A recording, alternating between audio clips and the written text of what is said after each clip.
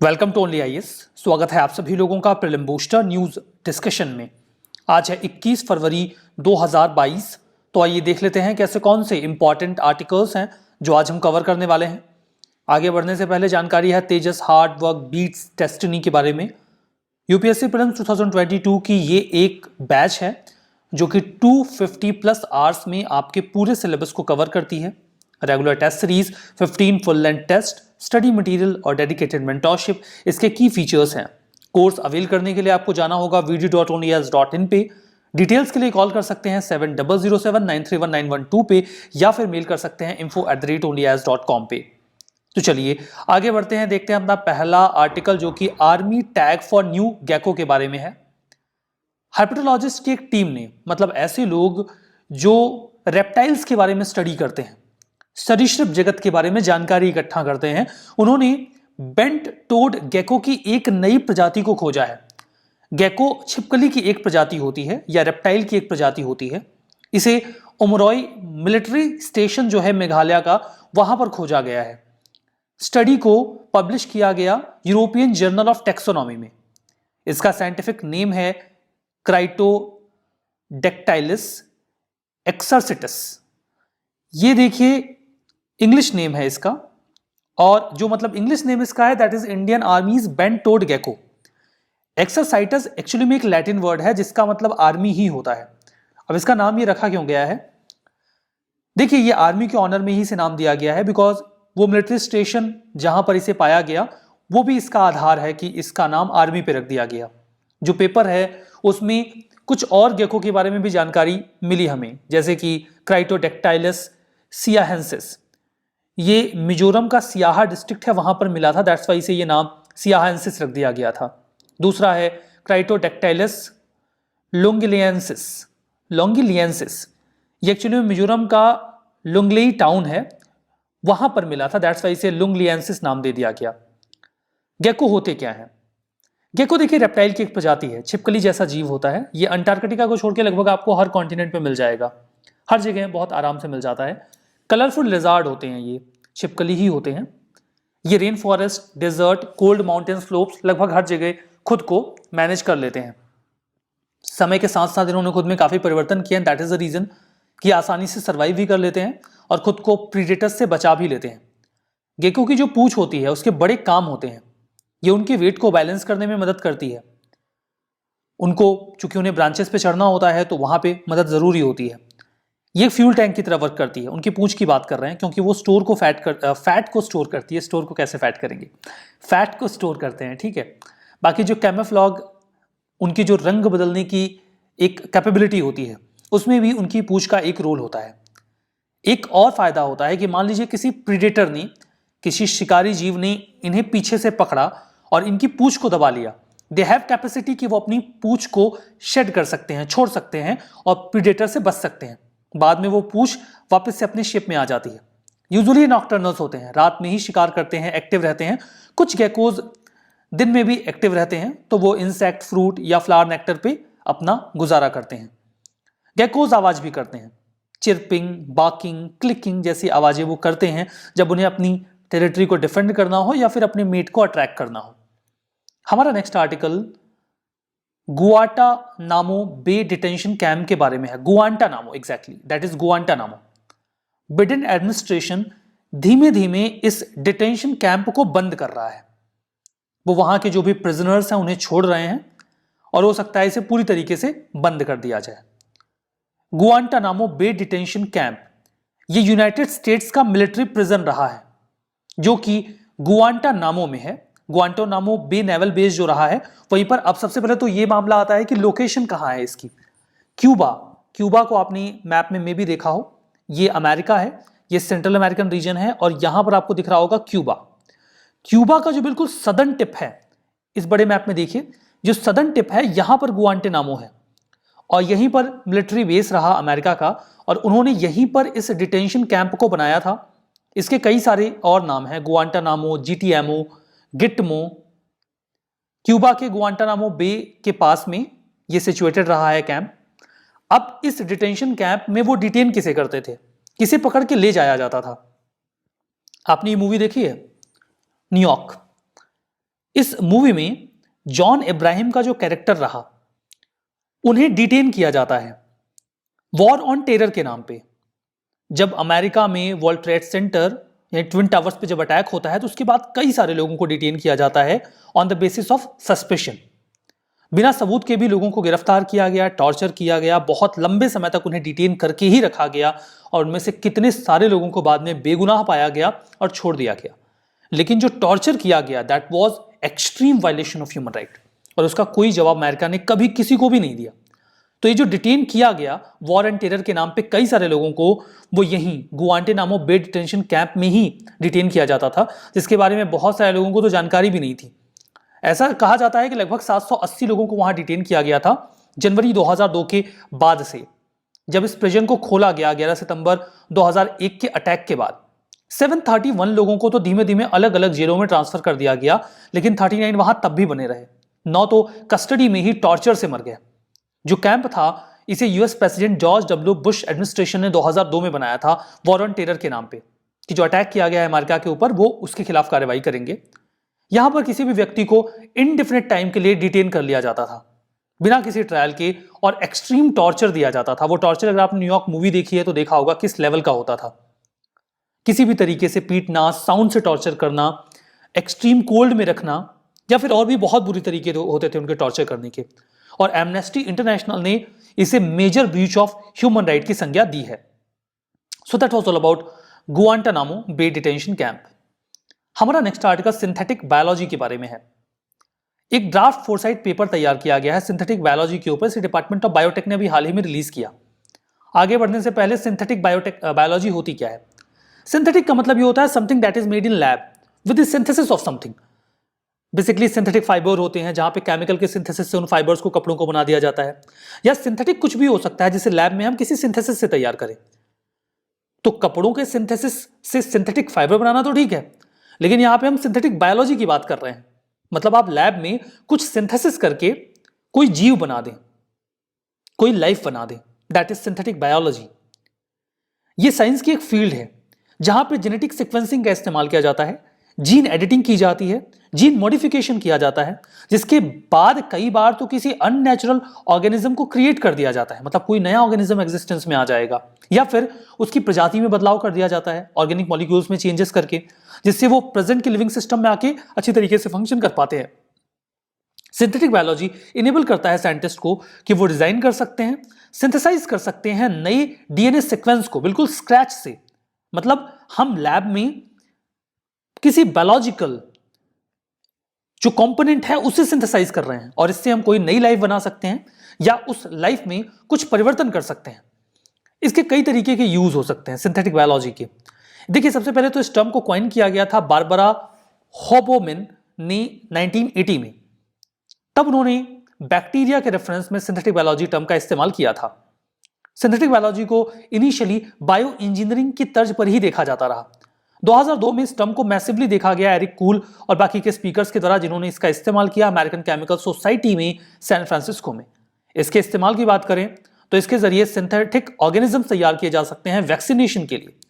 Natural product भी बनाए जा सकते हैं, जैसे कि वेनिलीन, जो कि एक फ्लेवरिंग फूड, परफ्यूम या फार्मास्यूटिकल में इस्तेमाल होने वाला कंपोनेंट है, जिसे वनीला सीड से तैयार किया जाता है। ठीक है, इसके जीनोम में चेंज करके इसे तैयार करते हैं।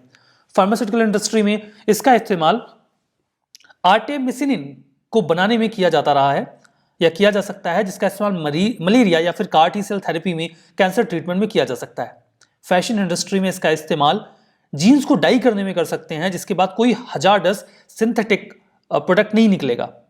एग्रीकल्चर में हम इसका इस्तेमाल, जो यूरिया डाला जाता है नाइट्रोजन की कमी को पूरा करने के लिए फसलों में, उसकी जगह पे हम कुछ ऐसे प्लांट्स डेवलप कर सकते हैं जो अपने आप में नाइट्रोजन को कंटेन करते हो। मतलब वहां पे फर्टिलाइजर की नीड नहीं होगी, हमें उन्हें अलग से यूरिया नहीं देना पड़ेगा। क्वेश्चन है प्रीवियस ईयर का, एग्रीकल्चर जो इंडिया का है उसके रेफरेंस में जीनोम सीक्वेंसिंग, ये जो शब्दावली है, इसका इमीडिएट फ्यूचर में क्या इस्तेमाल हो सकता है? ये जेनेटिक मेकर्स को या ये डिसीज रेजिस्टेंस क्रिएट करेगा फसलों में और ड्रॉट टॉलरेंस उनकी बढ़ाएगा। इसकी मदद से हम क्रॉप की नई वैरायटीज बना सकते हैं और उन्हें तैयार होने में कम समय लगेगा। इसके माध्यम से हम होस्ट पैथोजन के बीच के रिलेशनशिप को डेसिफर कर सकते हैं। क्या हो सकता है इसका पॉसिबल इमीडिएट फ्यूचर? देखिए इस प्रकार के सवालों में अक्सर जवाब ऑल करेक्ट निकलता है, बिकॉज इमीडिएट फ्यूचर में तो कुछ भी हो सकता है। So that is 1, 2 and 3 all correct. हमारा next article extended producers responsibility on plastic packaging के बारे में है, दैट इज ईपीआर। ईपीआर का मतलब होता है कि प्लास्टिक आपने जनरेट किया है तो उसे डिस्पोज करने की या रिसाइकिल करने की जिम्मेदारी भी आप ही की है। ये कंपनीज के लिए है। Union ministry of environment, forest and climate change ने नोटिफाई किया है गाइडलाइंस को, किसके लिए? ईपीआर के लिए, प्लास्टिक पैकेजिंग के लिए, under plastic waste management rules 2016। EPR एक प्रोड्यूसर की रिस्पॉन्सिबिलिटी को इंश्योर करता है कि जो प्लास्टिक पैकेजिंग आपने करी है उसकी रिसाइकलिंग की जिम्मेदारी भी आप ही की है। जो इंडिया है उसने ईपीआर को फॉर द फर्स्ट टाइम 2011 में लॉन्च किया, plastic waste management and handling rules 2011 के तहत और E waste management and handling rules 2011 के तहत। इसको आधार बनाकर ईपीआर लाया गया, एक्सटेंडेड प्रोड्यूसर्स रिस्पॉन्सिबिलिटी। मतलब आप प्रोड्यूसर हैं, आपकी जिम्मेदारी थोड़ी एक्सटेंड की जा रही है कि आप अपने द्वारा बनाए गए प्लास्टिक को डिस्पोज करिए या फिर रिसाइकिल करिए। फीचर्स क्या है? देखिए प्लास्टिक की 3 कैटेगरी होती है। कैटेगरी 1 में आते हैं रिजिड प्लास्टिक, मोटे होते हैं, उन्हें रिसाइकिल करना आसान होता है। कैटेगरी 2 में ऐसे प्लास्टिक आते हैं जिनमें जो प्लास्टिक पैकेजिंग होती है वो या तो सिंगल लेयर्ड हो सकती है या मल्टी लेयर्ड हो सकती है, ठीक है। और कैटेगरी 3 में ऐसे प्लास्टिक आते हैं जो मल्टी लेयर्ड होते हैं लेकिन उनमें एक लेयर प्लास्टिक के अलावा किसी और मटेरियल की होती है।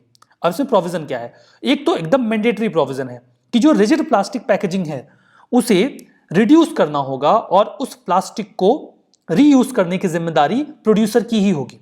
दूसरा कि सभी प्रोड्यूसर्स को खुद को रजिस्टर करना होगा centre and state pollution control board के साथ, ये मैंडेटरी है। फॉर द फर्स्ट टाइम एक बात और है कि ईपीआर के बारे में अभी जो गाइडलाइन आई है इसमें ईपीआर की ट्रेडिंग को अलाउ कर दिया गया। लाइक आपके पास एक टारगेट है कि आपको इतना प्लास्टिक, सपोज करिए कि 100 यूनिट प्लास्टिक रिसाइकिल करना होगा। अगर आपने 90 यूनिट किया तो पनिशमेंट मिलेगी, मतलब कंपनसेशन आपको देना होगा। और सपोज करिए कि आपने 150 यूनिट प्लास्टिक को रिसाइकिल कर लिया तो आपको 50 यूनिट का सर्टिफिकेट मिल जाएगा जो एडिशनल आपने किया है, क्योंकि 100 तो आपकी जिम्मेदारी थी। और इस 50 यूनिट का जो सर्टिफिकेट है आप इसे बेच सकते हो उसको जिसने केवल 50 यूनिट ही किया है, उसे को 100 की नीड थी तो आपको पैसे देके इस 50 यूनिट को खरीद ले।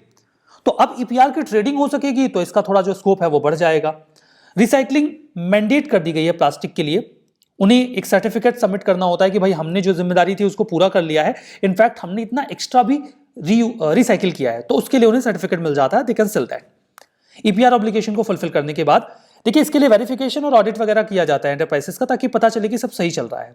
इन्वायरमेंटल कंपनसेशन उन्हें देना होता है, अगर उन्हें ईपीआर को फुलफिल नहीं किया तो उनके ऊपर कुछ कंपनसेशन लगाया जाएगा। ये पोल्यूटर्स पे प्रिंसिपल के बेसिस पे वर्क करता है, मतलब आप पोल्यूटर है, आपने प्लास्टिक को ओरिजिनेट किया तो आपको पे करना होगा अगर आपने इसके लिए समाधान नहीं किया तो। प्रोड्यूसर, इंपोर्टर और ब्रांड ओनर्स के पास कई सारे विकल्प होते हैं, वो कुछ स्कीम्स के माध्यम से प्लास्टिक को रिसाइकिल कर सकते हैं। जैसे एक होता है डिपॉजिट रिफंड स्कीम। सपोज करिए कि आप एक सामान लेने गए हैं जिसमें प्लास्टिक की पैकेजिंग का इस्तेमाल हो रहा है, तो वो आपसे 1000 रुपए ज्यादा ले लेंगे और कहेंगे क्या कि आप अपने घर पे अपने सामान को रख के आओ और ये प्लास्टिक पैकेज हमें वापस कर दो, हम आपके 1000 रुपए रिटर्न कर देंगे। आपको याद है पहले कोका कोला एक ग्लास की बोतल में आया करती थी, मुझे याद है जब वो 5 रुपए की मिलती थी और तब वो हमें बोतल 10 रुपए की मिलती थी। हम दुकान से सपोज करिए कि 25 रुपए की 5 बोतल हमें मिलनी चाहिए, हम लेकर आएंगे चूंकि 5 रुपए का वो मिलेगा अगर हम शॉप पे ही खोल के उसे पी लेंगे तो।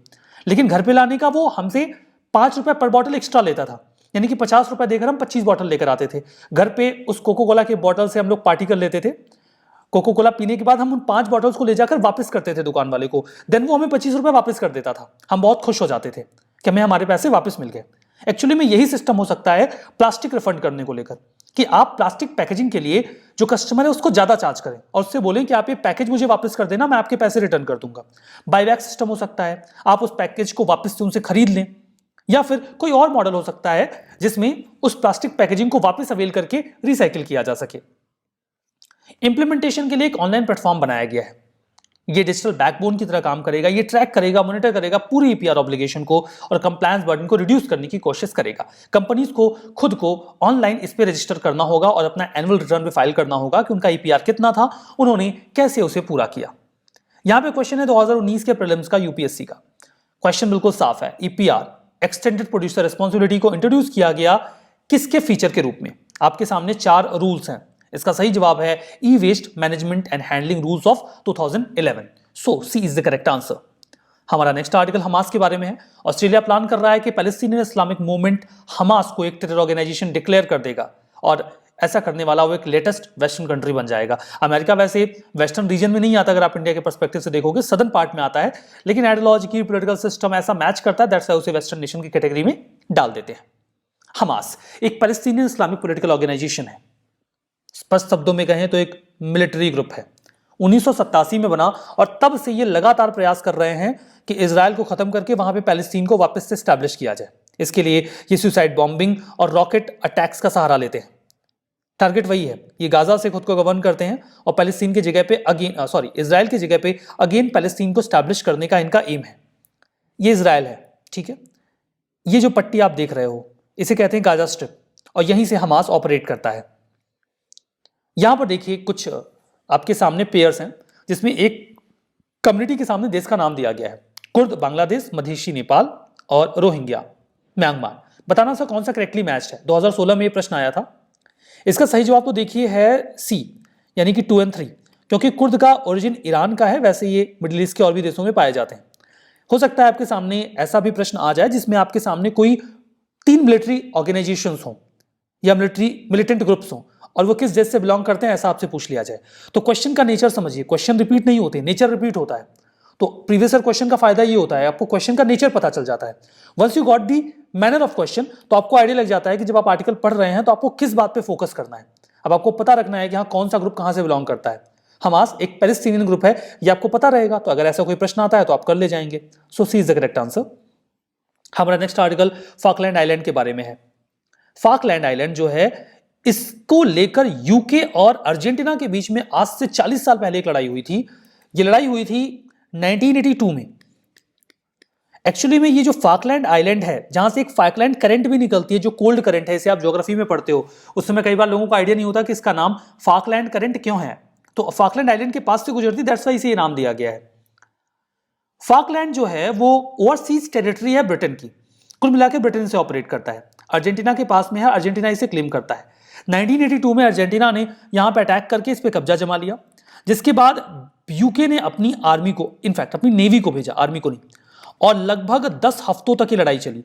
स्पेसिफिकली कहूं तो 72 दिनों तक ये लड़ाई चली, जिसमें लगभग 700 के आसपास अर्जेंटीनियन सोल्जर्स अपनी जान गंवाते हैं, 200-250 ब्रिटिश सोल्जर्स की भी जान जाती है, 3 वहां के जो लोकल्स थे उनकी भी जान जाती है, और फाइनली रीऑक्यूपाई कर लेता है ब्रिटेन फॉकलैंड आइलैंड को। किससे? अर्जेंटीना से। अर्जेंटीना को सरेंडर करना पड़ता है और ये वापस से ब्रिटेन के पास चला जाता है। अभी विंटर ओलंपिक्स के साइड लाइन में चाइना ने यह बोला कि वो अर्जेंटीना के क्लेम को सपोर्ट करते हैं फॉकलैंड आइलैंड के ऊपर, और उसके बाद ये पूरा मामला न्यूज में आ गया। इसके कई सारे और नाम हैं, मालविनास आइलैंड या स्पेनिश इस्लास मालविनास। ये सेल्फ गवर्निंग ओवरसीज टेरिटरी है यूके की। 300 मील नॉर्थ ईस्ट में है ये साउथ अमेरिका के सदर्न पार्ट से। ये देखिए अर्जेंटीना है, आप साउथ अमेरिका का मैप देख पा रहे हैं, ये चिली है, ये पराग्वे है, ये उरुग्वे है, ये ब्राजील है, और यहां पे ये फॉकलैंड आइलैंड है। इसका मेजर टाउन है स्टेनली, जो कि ईस्ट फॉकलैंड में है, और कई सारे स्कैटर्ड छोटे छोटे सेटलमेंट हैं। रॉयल एयरफोर्स बेस भी यूके का यहीं पे है, यहाँ पे माउंट प्लीजेंट के पास में, जो कि 35 माइल्स साउथ वेस्ट है स्टेनली के। तो ये पूरा आर्टिकल इस संबंध में, यहाँ पे कुछ स्टेटमेंट है यहाँ पे रिविजन के पर्पज से। Indian army bent toed gecko, ये उमरोई मिलिट्री स्टेशन मेघालय में खोजा गया, दैट्स ट्रू।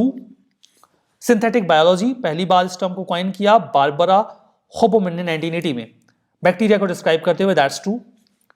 ईपीआर इंट्रोड्यूस किया गया, recycled plastic manufacturing usage rules 1999 के तहत, ये गलत है, 2011 के रूल्स के तहत इसे लाया गया था। हमास म्यांमार से बिलोंग करता है, गलत है। पैलेस्टीन से बिलोंग करता है, तो ये भी गलत हो गया। फॉकलैंड आइलैंड इसके नेबर्स हैं ऑस्ट्रेलिया न्यूजीलैंड, गलत है। ये साउथ अमेरिका के पास में है, तो ये तो गलत ही हो ही जाएगा। तो ये सेशन हमारा यहीं पे समाप्त होता है। सेशन की पीडीएफ ओनली आईएएस के टेलीग्राम चैनल पे मिलेगी, वहां पे जाइए, चैनल को ज्वाइन कर लीजिएगा, पीडीएफ को डाउनलोड करके रिवीजन जरूर करिएगा, नहीं तो आप सब भूल जाएंगे। So that's all for now, thank you very much.